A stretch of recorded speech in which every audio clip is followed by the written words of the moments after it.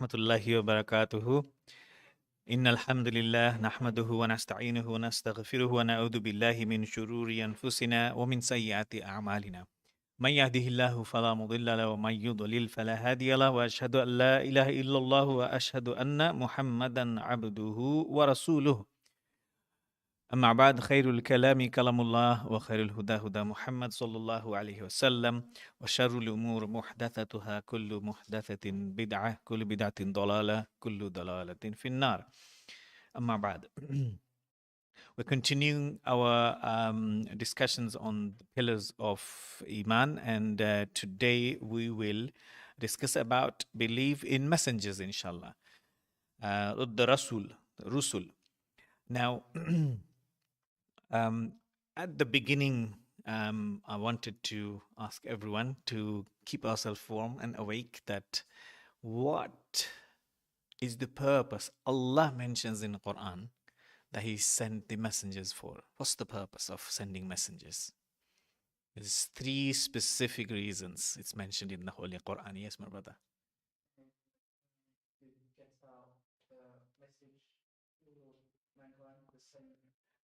To give the message to mankind, okay? That's correct, but there are some keywords in it. Definitely message.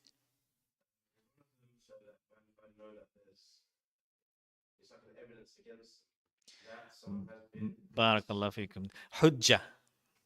So Allah mentioned in the Quran in Surah An-Nisa about Hujjatun ba'da rusul. After the messenger has been sent, after that they have no excuse. Specific, it's a specific reason. Yeah, because Allah is Ahkamul Hakimin, isn't it? He wouldn't just judge and punish His slaves without giving them the opportunity to submit.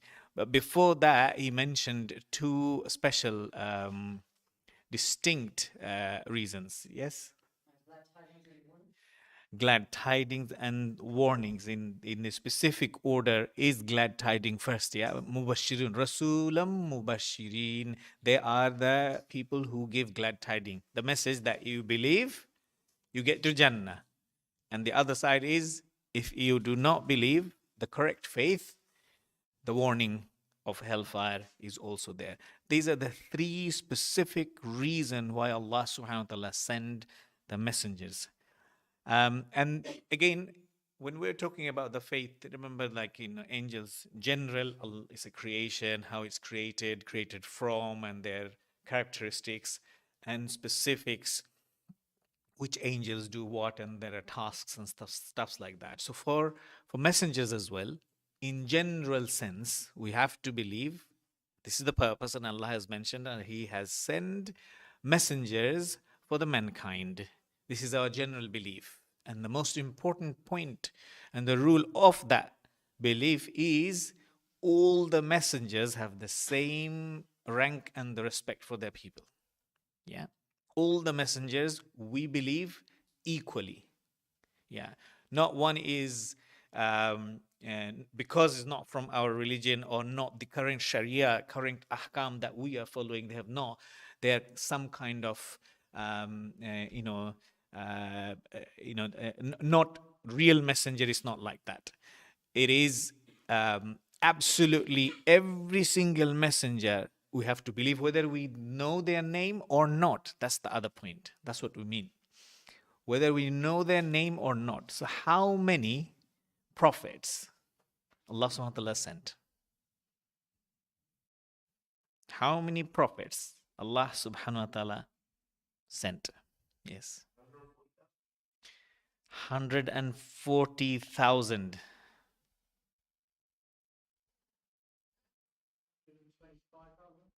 Hmm? 124,000, yeah. 124,000 prophets. And in the same hadith says, amongst them included how many messengers? 25 of those prophets' names have come in the Holy Quran. Yeah. But how many messengers out of 124,000?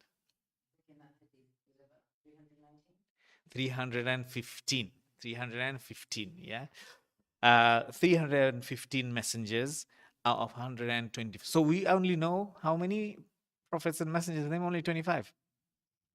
Yeah, in Sunnah there is another story. We'll talk about a fascinating story about a prophet. Um, and corroborating information from the stories come a name as well. But there are 25 mentioned in the Holy Quran. And there's one specific one mentioned in a hadith, in a story about that prophet. But other than that, 124,000, in the grand scheme, we actually don't know many of them. But we believe 124,000 prophets have been sent by Allah subhanahu wa ta'ala. So we have to believe in all of them, whether we know their name or not. For these purposes, Allah has sent over time. Now, in specific sense, now we come to the names. Although we did say that Allah has given the prophethood and the honor, and each prophet is the best of the person of that time, of that qabila. Is the best of the best. Within that, وَتُذِلُّ مَنْ تَشَاءُ وَتُعِزُّ مَنْ تَشَاءُ, Allah gives honor whoever He wills. Allah gives, He specified there are 5 major prophets. And I think Zakaria can mention one. What's the best prophet's name, Zakaria? The best of the prophets. Best prophet. You can phone a friend. You can. Muhammad sallallahu alaihi wasallam. So because he started with Muhammad sallallahu alaihi wasallam, we need to go chronologically in reverse. So how many major prophets? 5. Because of the time, I'm kind of tweaking. 5. Prophet sallallahu alaihi wasallam, and then Isa alayhi salam, then my brother Musa alayhi salam, and before him Ibrahim alayhi salam, and then before Nuh alayhi salam. These are the 5 major prophets. They have been given a special honor by Allah subhanahu wa ta'ala. And Allah called them the major prophets. One thing when we talked about all the prophets, disbelieving in one prophet means this whole pillar is missed. We cannot say that we believe all the prophets except that one. That's not 100%. That's not sure. No, we have to believe in all the prophets, every single one of them. Missing one means this whole pillar is null and void. We do not believe in prophets. When you say we believe in prophets, we believe in every single one of them. That's a very important one. And each prophet, how we believe in terms of the general rule is in terms of the messages they brought.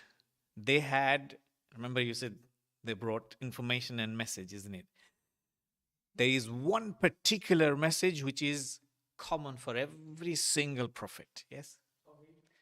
Which part of Tawheed? To worship Allah, the uluhiyya. Tawheed al-uluhiyya, the worshipping Allah alone. That is the message of all the prophets, every single one of them. But where is the difference? Remember that? There is a difference. What do you think? Each prophet came with Tawheed al-uluhiyya. But what did they bring which is slightly different from each other? Rulings means the ahkamat, the sharia, the rules, yeah? The rules of punishments, rules of how to pray, how to do fasting. It's not exactly the same. Can anyone recall the type of fasting used to be there before Allah revealed how we should do? Yes. You're not allowed to talk. And the dalil is Maryam. When they ask you, where's this baby? Say that I'm fasting. That's it. And then nobody will be asking you questions. Nobody will bother you. Hikmah. Yeah. So that's one of different rule. The other was even before Islam. Before Islam means before Islam specifically legislated. The beginning of Islam, the Sharia was slightly different than the latter stage. In Ramadan, in fasting in itself, because one of the companions actually fell unwell. If we missed Maghrib time. We slept through due to tiredness or something. You're not allowed to eat until next day. You have to fast, continue. Yeah. And Allah subhanahu wa ta'ala specified Maghrib and specified we break the fast, and he made it easy for us. Um, Now there is an academic debate of a little discussion, the difference between prophets and the messengers. In general sense, we'll not go into very deep in it. What is the difference between a prophet and a messenger, my brother? Who's a messenger? Yes.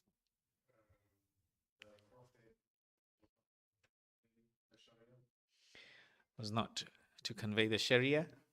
Yes. Messengers came with revelation. Okay, mashallah.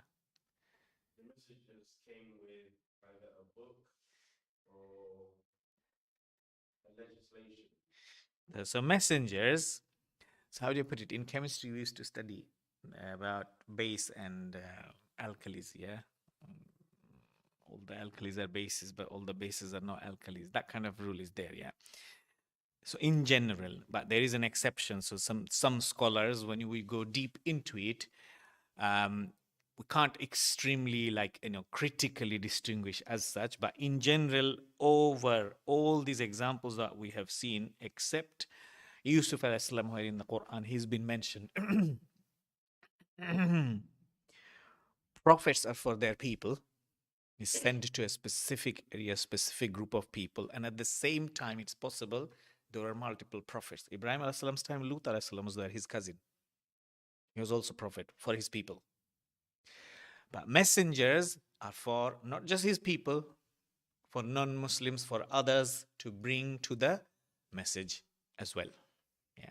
So prophets were sent for a specific qabila, specific people in general. Yeah.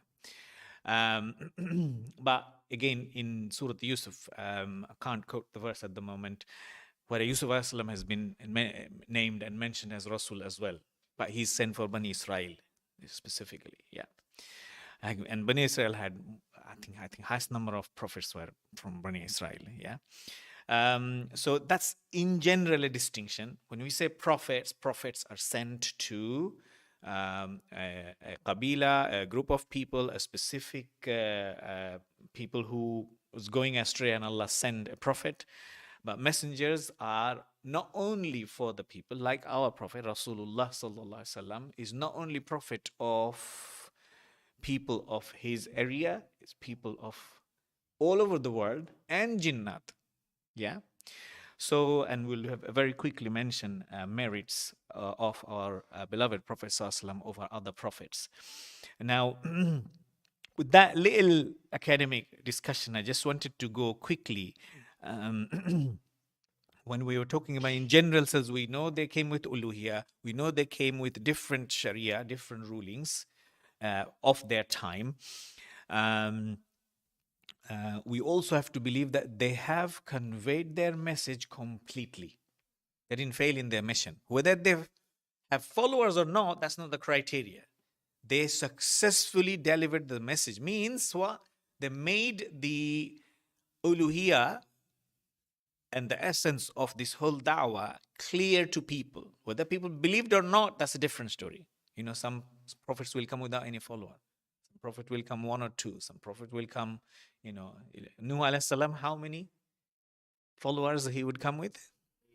70 to 80. And how many years he gave da'wah? 950 years. It's like one in a century, isn't it? Roughly. One in a century. Yeah. He's one of the mightiest prophets. One of the greatest in terms of magnitude of miracle, the flood. Yeah. So when we say prophets, we believe in their dawah, the method, the events that took place, the struggle that they had to go through, and the triumph they had, and the difficulty they had. But in terms of success, in terms of delivering, they delivered all 100% and clearly. And one element we have to touch, that all the prophets are humans. Now, in which surah, in which verse it is mentioned, our Prophet ﷺ was told to tell everybody that tell them, I'm from you, just like you guys. I'm a human. We need to know that because of the context of our time and the different aqidah. We have to know. There is a verse specifically, Prophet ﷺ, it is declared that he is human.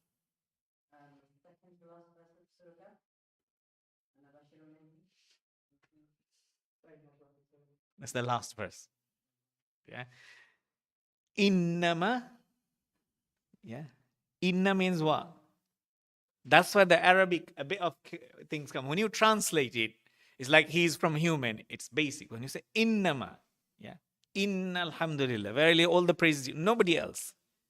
Inna lillahi wa inna ilaihi rajiun. Yeah. Inna a'tainaka Allah. We have given you al-kawthar. Yeah. Verily. Certainty. Yeah. So there's no ambiguity here in terms of interpretation that he was talking, being humble. I've heard a different explanation. He was being humble. That's why he was saying that I'm like a human like you. But it's actually Nur. Yeah. So innama, inna basharum mithlukum. Bashar is human, just like you guys.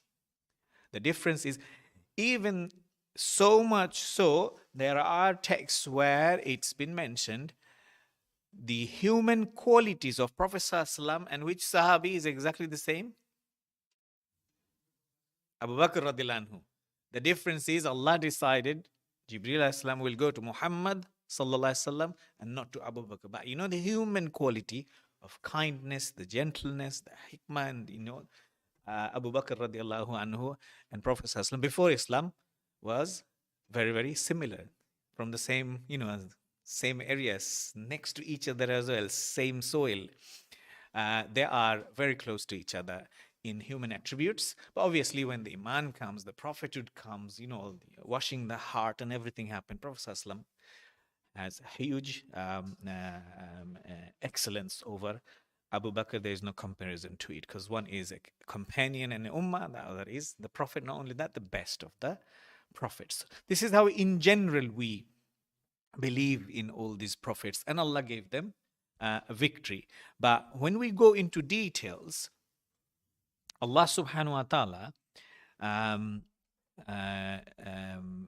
tells us all these stories in Quran. What's the reason for it? Now, we talked about the purpose of sending prophets, but why telling the stories of the prophets? What's the benefit? We can take lesson from it.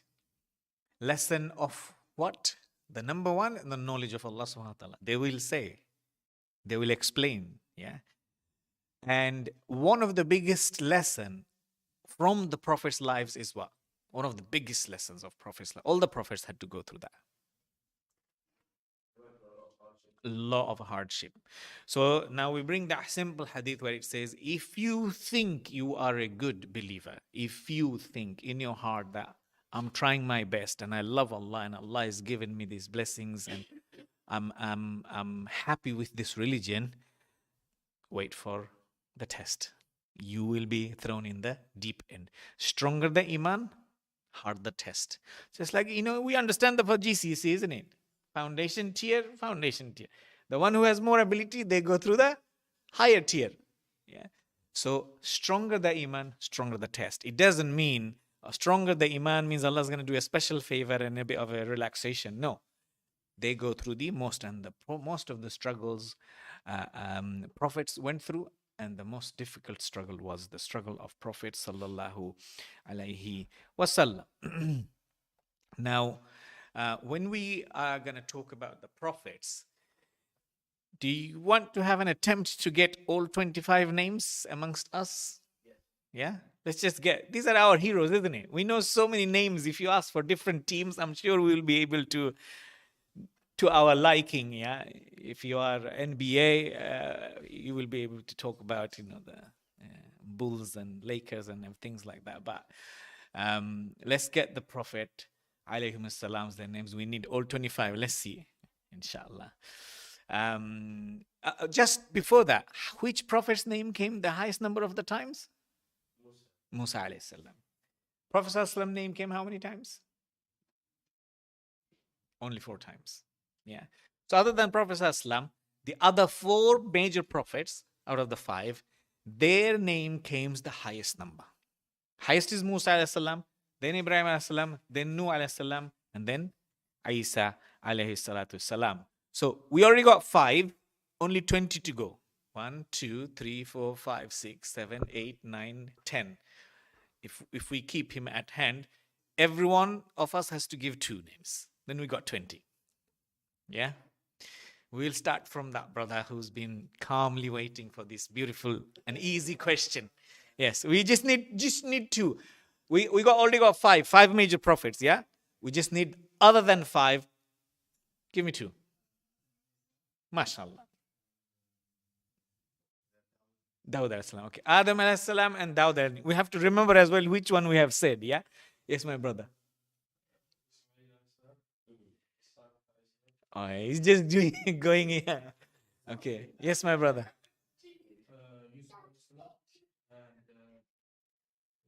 Yaqub alayhi salam. So Bani Israel started. Okay. Yes, my brother.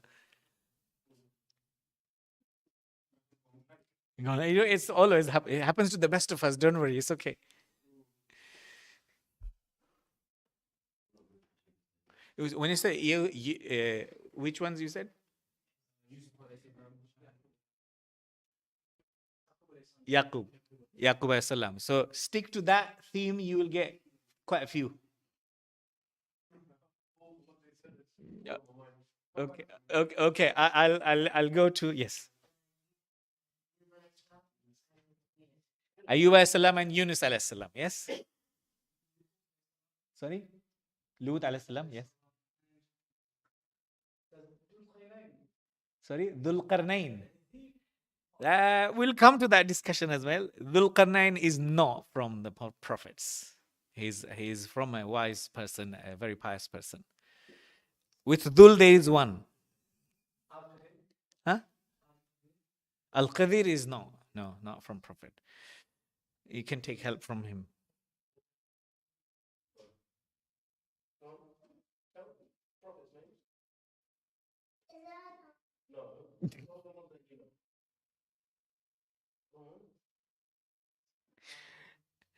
Dhul, anyone?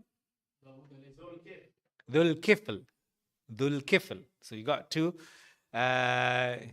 If you're checking Chat GPT names of the prophets, not going to be counting notes. Yeah, mashallah. No. Yes, 2. Idris, no, not except no. Already we done 5. Hud alayhi salam. Yes, he's trying to hide behind you. Yeah.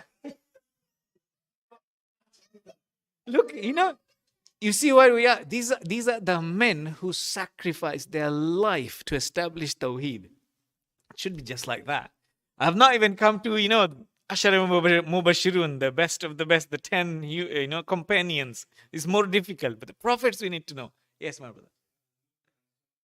Sorry? Lut has been said. Sulaiman, yes, accepted. Sulaiman accepted. Next, another one.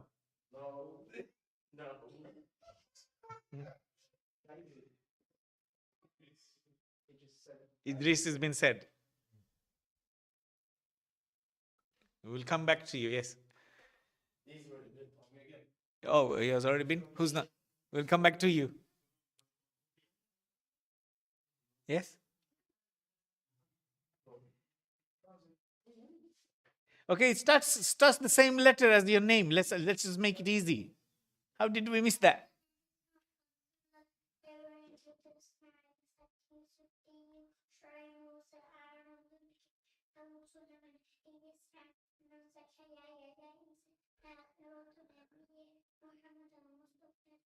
Sallallahu Alaihi Wasallam. You need to get that list of his so that everybody memorize it. So the 2 that mashallah, beautiful recitation. The 2 that I could take from this list to make it up is Yahya, you said, and Zakaria, you said. That's actually father and son as well, yeah? So for even kids, father and son prophets, brothers prophets. When you make trivias like this, it will be easy to keep it in the household. Harun, yes. There you go. Musa and Harun, they're brothers. Yeah, Ishaq and Ismail, they're brothers, cousins. I already said Ibrahim alayhi salam and Lut alayhi salam. They were prophets. Yeah, father and son, Ismail, Ishaq, and Ibrahim. Yeah, Dawood and Sulaiman, father and son. Yeah, Yaqub and Yusuf, father and son. Like that, when we make little trivias and discuss it with the kids and the family, it will be easier for them to even remember and try to practice. So, one or two that we missed: Ilyas, alayhi salatu salam, Saleh, yeah, Shuaib, Al-Yas'a, Al-Yas'a, Al-Yas'a. I think that should be 25. Are you noting it down then? Is it 25? Isa, you know, all five major prophets, we said we already did five. We're just doing the remaining 20.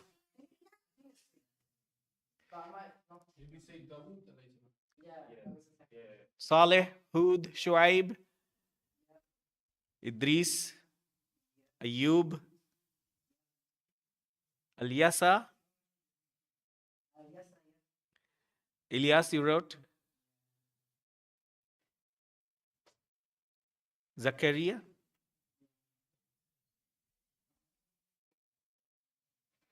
I think it's all done. Yusuf, Lut, Adam, Harun, Ishaq, Sulaiman, Dawood, Yaqub, Ismail, Shuaib, Saleh, Hud, Zakaria, Yahya, Yunus. You mentioned Yunus. You've got it. You've got it now. Okay, now who knows the story of this amazing prophet where Prophet ﷺ didn't specifically mention in this hadith the name, but corroborating stories and the other texts come, Yusha bin Nun, alayhi salatu salam. His story came in hadith. Anybody has heard the story or know this? Because it's about prophets. You know, we know Harun alayhi salam, we know the story of Musa, basket, Firaun story, exile, and all those things. But these are amazing, amazing stories. This is the prophet, remember it in this sense, this is the prophet for which Allah subhanahu wa ta'ala stopped the sun from setting. SubhanAllah. Allah stopped the sun from setting. He ordered, made dua, and the sun didn't set. So Prophet ﷺ said, and this is from Bukhari and Muslim, it's not even like a story in general in a remote place.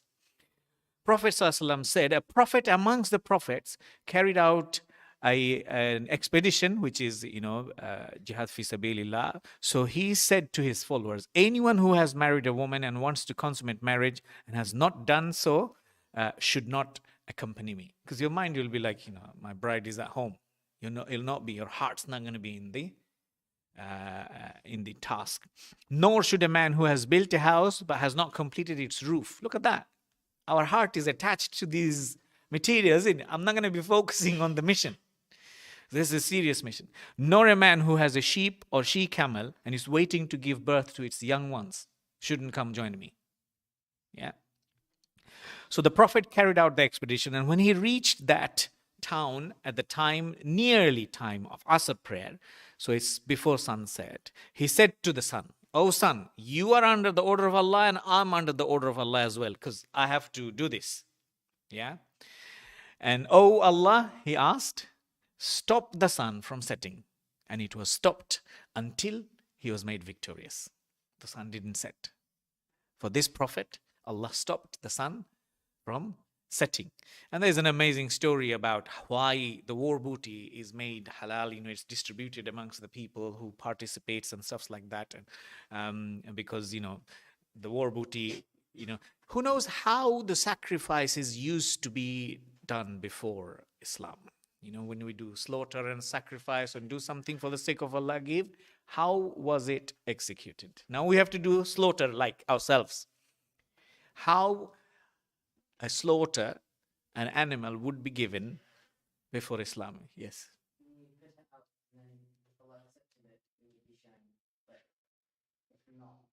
You will be? This is Allah is merciful to his slaves. The previously is all exposed.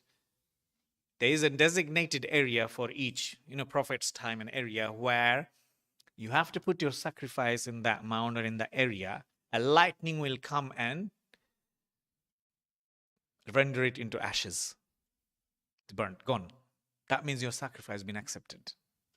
If it is not done, that means your ikhlas is not there. There's something wrong. Look at that. So when we do our slaughters and qurban, it's all under the sitr, under the hijab, under the cloche. Allah subhanahu wa ta'ala is not exposing our intentions and our issues in the heart. Yeah, it's a forgiveness, it's a mercy from Allah subhanahu wa ta'ala for the ummah of Muhammad sallallahu alaihi wasallam. So what happened? So all the war booty was collected for the sake of Allah. It's not being taken, it's not being lightened, in terms of, in flame. They said there is somebody, because everything's for the sake of Allah, stole from this war booty. So that prophet shook hand from each tribe, the leader of the tribes.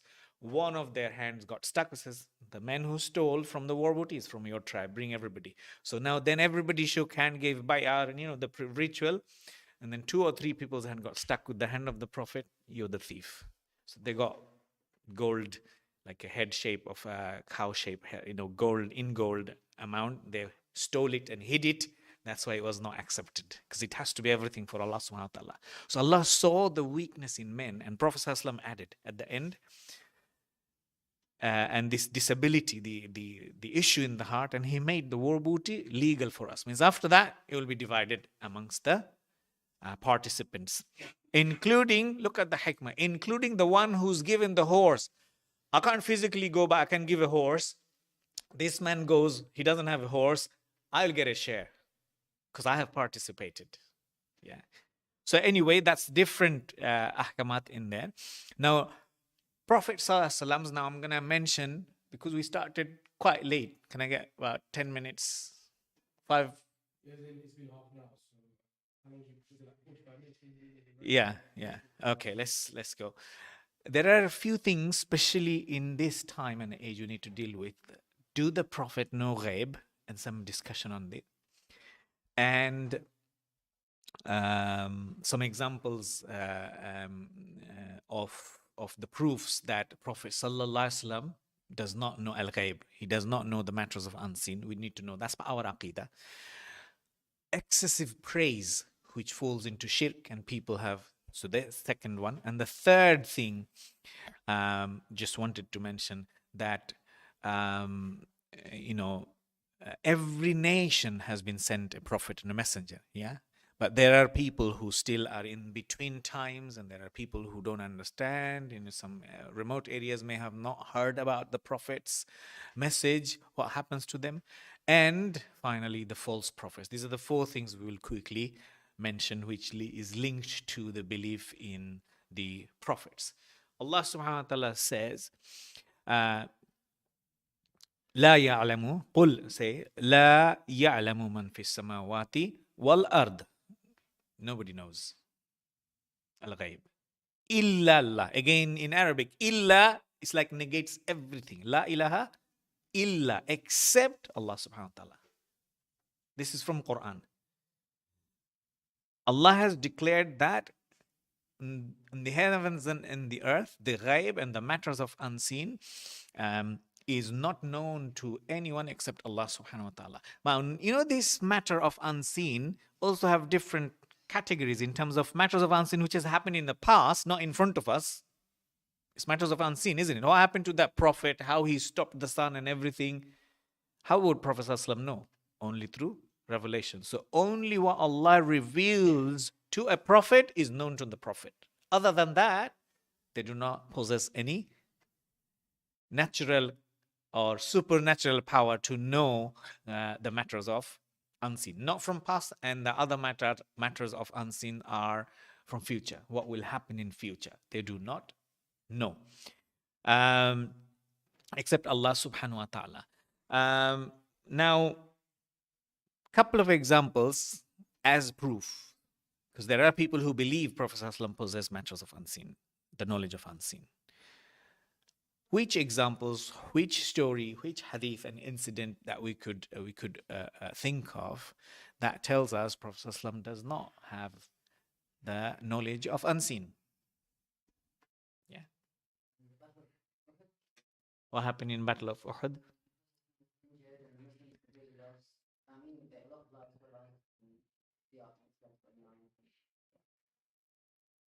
Mhm. But what particular part says that he did not know?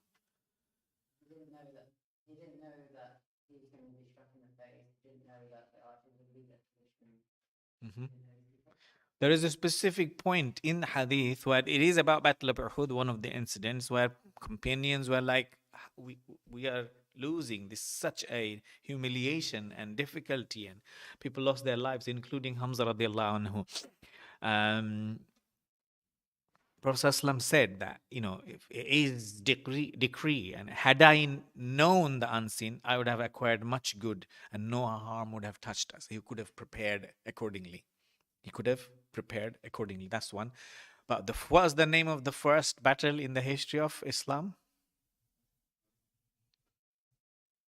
Badr.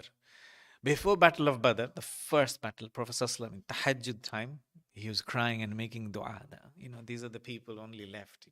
If they're finished, there will be no people left to worship you and things like that. Please help us. If he already knew the result of the battle, and he hopes Allah will help, and he knows Allah will help, but the exact consequence and the gravity of the consequence he does not know. He's asking Allah's help. Otherwise, he should have been like sleeping. I'm the prophet. I'm going to win anyway. Why bother? Yeah, that's another one. And again, I'm going to give a clue. This is a big one, Laylatul Qadr. Hmm.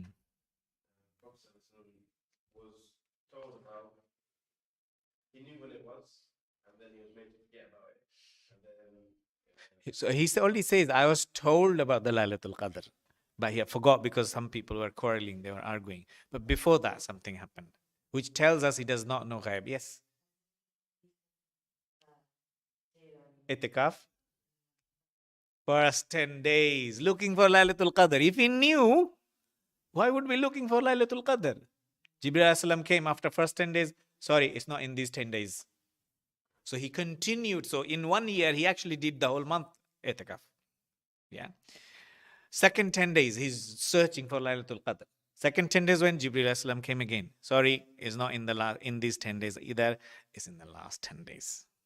That's how. He did not know. Otherwise, he wouldn't be doing from day one. It's in the last 10 days he will do itikaf. In last 10 days. He started at the beginning, so he does not know matters. There are numerous examples, but these are certain basic ones and quite important ones as well. So matters of unseen are only for Allah subhanahu wa ta'ala. And we also mentioned when we talked about Iman in Allah, the 5 matters of absolute ghaib. Yeah, 5 matters of absolute ghaib. Inshallah. I hope everybody remembers that. Inshallah. Excessive praise. Why do we need to understand this element? Excessive praise of the Prophet or the prophets. Yes.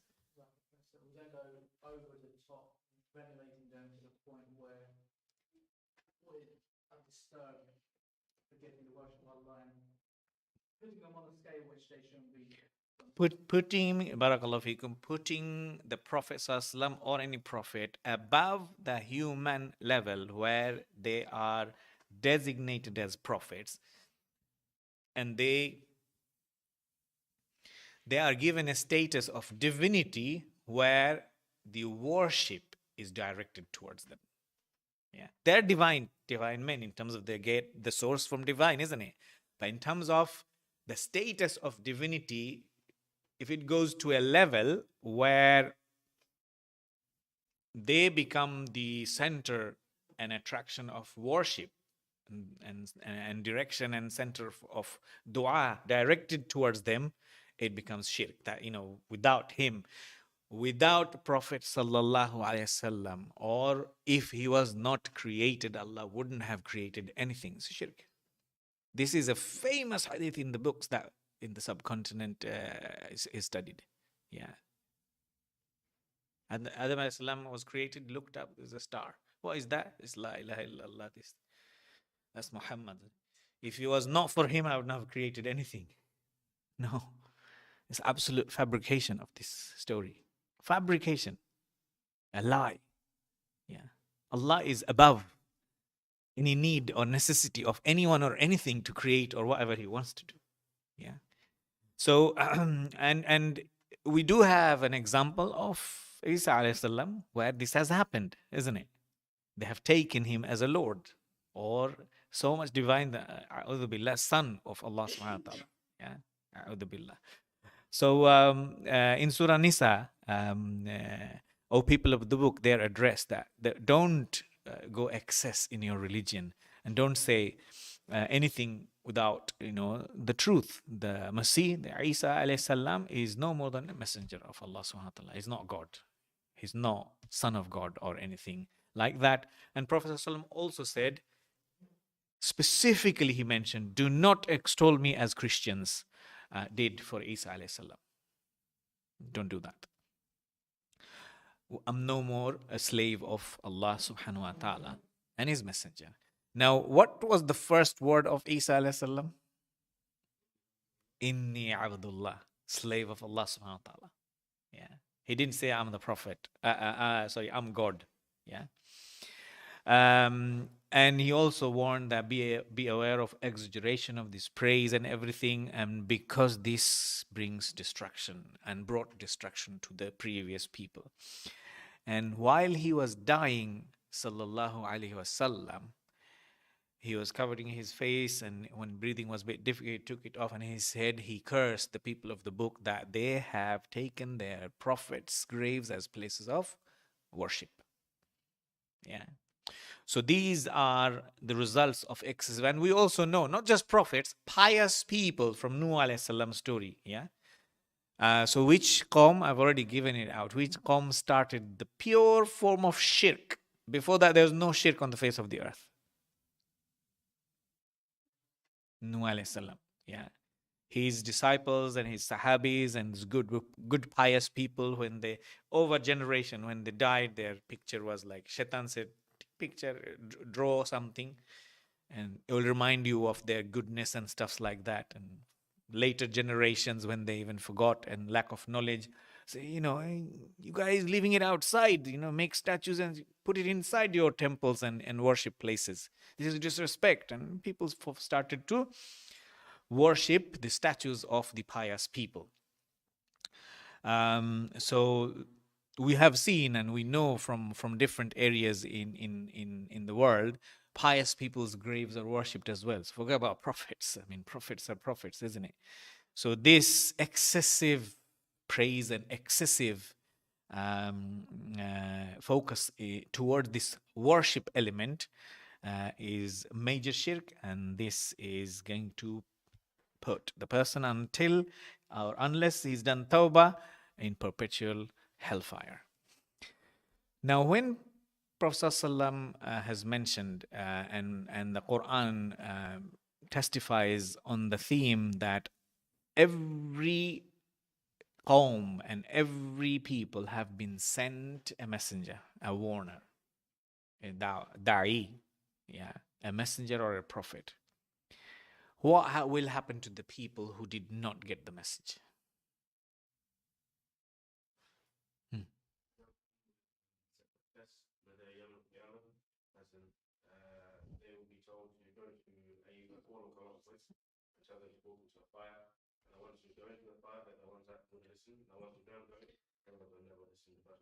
MashaAllah, this is a very, very detailed hadith. Jazakallahu khair, MashaAllah.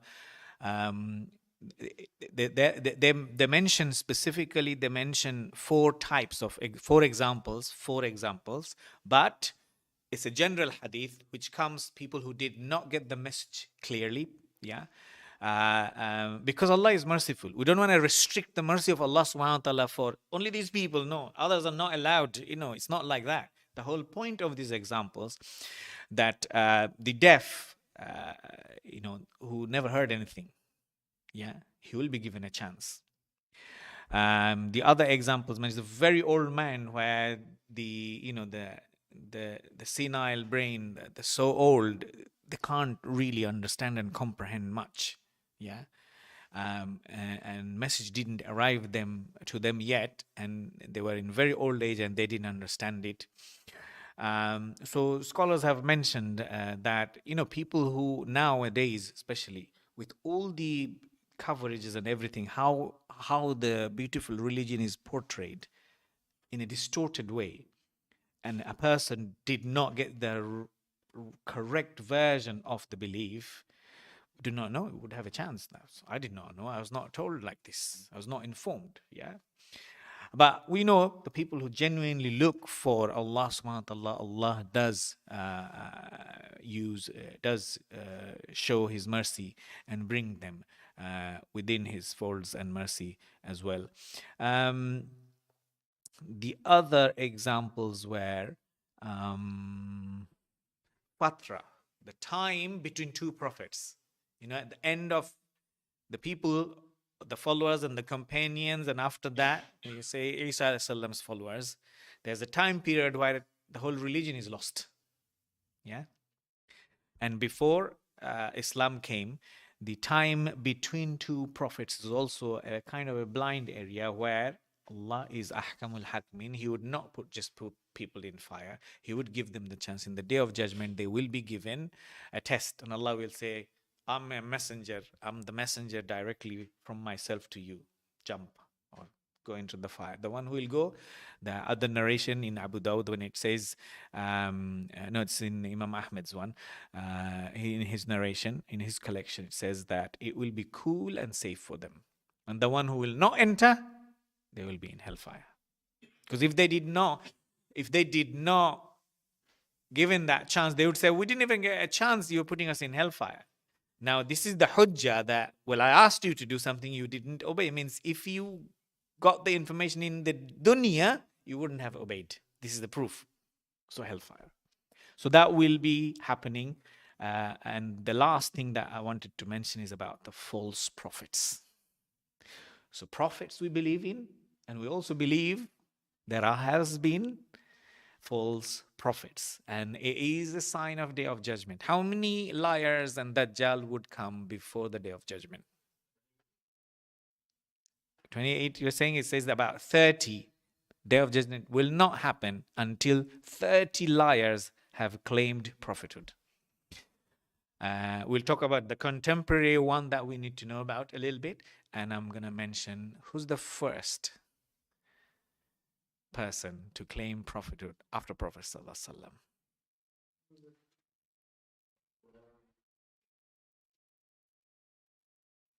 Hmm? Yes? Musaylama bin Kadhab. Musaylama bin in the lifetime of Prophet Sallallahu Alaihi Wasallam. In his lifetime, it's not from Makkah, it's a bit far. In the lifetime of Prophet, he claimed prophethood. That's the first of the 30. Prophet, so he sent a proposal along this line that, okay, half of the Arabian, the whole Arab lands, you rule, you do your religion, and this half I'm going to do. Prophet sent him a letter, sent a message. Yeah. He said, from Muhammad, sallallahu alaihi wasallam, the messenger of Allah, to Musaylama, the liar. And his document is in Al-Bukhari, yeah? Peace be upon those who follow the guidance. And verily, the earth belongs to Allah, and He gives it to whoever He wills of His servants, which belongs to Prophet ﷺ, because He is the Prophet. And the best outcome is for the righteous. Now, he died in the time of Abu Bakr radiallahu anhu. So he actually lived through the end of lifetime of Prophet ﷺ and beyond. Yeah. He died in battle, the famous battle of Yamama, where so many Sahabis died. And that is a very much turning point for Islam. Can anybody think of Battle of Yamama? Why was it turning? We'll take that. So many Huffaz and Qurra died in that battle. Now Umar radiallahu anhu said, we need to compile and put the Quran into the form where it shouldn't get lost, because it was mostly in memorized forms, Huffaz and Qurra, and there were the scriptures which was written and collected by the Katibin, the one who used to write in the time of Prophet ﷺ, but it was not compiled under one book under the cover, one cover.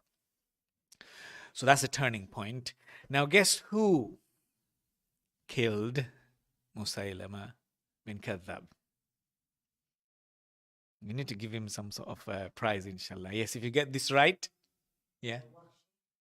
Barakallah fikum. Who's Washi? The person that killed Hamza. When we say Wahshi, we should say radiallahu anhu, even if it hurts. Wahshi radiallahu anhu in the Battle of Uhud killed Hamza radiallahu anhu when he was a non-Muslim. Abu Sufyan radiallahu anhu, not Muslim at that time. His wife was Hinda, whose brother was killed in Badr. He said, I'm going to free you if you kill Hamza radiallahu anhu. And he was, from again, Abyssinia, he was like very, very top-notch javelin, the thrower. Yeah, so he did. So after, in Islam as well, he served Allah subhanahu wa ta'ala, and he killed, pivotal in killing. I think Abu Bakr radiallahu anhu's son Abdurrahman was also in that battle, participating in that battle. Abdurrahman bin Abu Bakr. But in terms of throwing the javelin and pinning him was Wahshi radiallahu anhu. May Allah preserve all the companions and have mercy on them.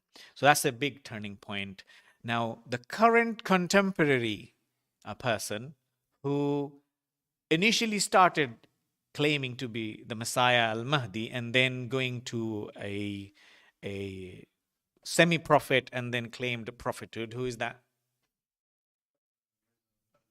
Mirza Ghulam. We'll give his name. Yeah. Qadiani Bichari, in terms of Qadian, is the name of the village. Yeah. Mirza Ghulam, Barakallah fikum. Mirza Ghulam, who claimed in his book, Tadkhira, he wrote, I am both a messenger and a prophet, but not with a new law or a new book. Yeah, so he wrote it himself and he claims to be that. So many people nowadays, they do not mention, no, he didn't. They still say La ilaha illallah. No, he is not coming with a new rule or anything, but they don't say he claimed the prophethood like that. Initially he didn't start, but then obviously the fame and everything, all the political things came in. He claimed prophethood in that way. How did it end? That is our last bit of this lesson, inshallah. How did it end? That's an amazing story. Yes. Yeah. That we know, but we need to talk about as a proof that he's a liar. There's a proof. The Sheikh in India, Sheikh Muhammad Amritsari, rahimahullah. We need to know the scholars as well, because they fought and defended our religion. Anybody heard the term mubahala? Mubahala.